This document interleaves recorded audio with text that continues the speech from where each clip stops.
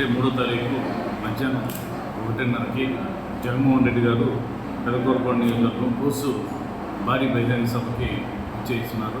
నియోజకవర్గ ప్రజలందరూ కూడా జగన్మోహన్ రెడ్డి గారు ఎప్పుడు వస్తారని ఎదురు చూస్తూ ఉన్నారు.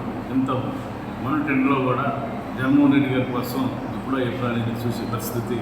ఎందుకంటే సంక్షేమ కార్యక్రమాలు చేసిన నాయకుడు గతంలో ఏ నాయకుడు కూడా లేడు. ఇలాగా సంక్షేమ కార్యక్రమాలను అభివృద్ధి చేసిన నాయకుడు జగన్మోహన్ రెడ్డి గారు. ఆయన కోసం జనం ఎదురు చూస్తూ ఉన్నారు. రేపు జరగబోయే ఈ భారీ బహిరంగ సభకి అందరూ కూడా ఆయనకి ఘన స్వాగతం పలకాలి.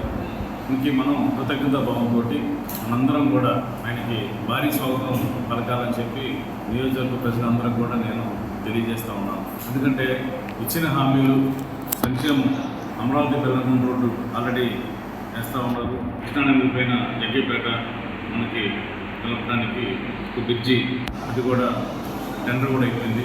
అలాగే అమరావతి నుంచి తుళ్ళూరు వెళ్ళడానికి మధ్యలో ముద్దూరు దగ్గర బ్రిడ్జి కూడా రోడ్డు ప్లస్ బ్రిడ్జి రెండు కూడా వర్క్ స్టార్ట్ అయింది. హాస్పిటల్స్ రోడ్లు అన్నీ కూడా గతంలో ఎవరో చేయలేని పనులన్నీ కూడా ఈ పీరియడ్లోనే జగన్మోహన్ రెడ్డి గారు మనకి అన్ని రకాలుగా మనకు సపోర్ట్ ఉండి ఈ నియోజకవర్గ అభివృద్ధికి ఆయన కృషి చేశారు. మరి మళ్ళా ఎలక్షన్స్ వచ్చినాయి, ఇవన్నీ చేశామని చెప్పి మళ్ళీ ఆయన ఓటు అడగడానికి ప్రజల్ని వస్తున్నాడు. కాబట్టి మనందరం కూడా భారీగా స్వాగతం జన సమూహంతో ఆయనకి స్వాగతం చెప్తామని చెప్పి మరొకసారి మీ అందరినీ కోరుతా ఉన్నాను.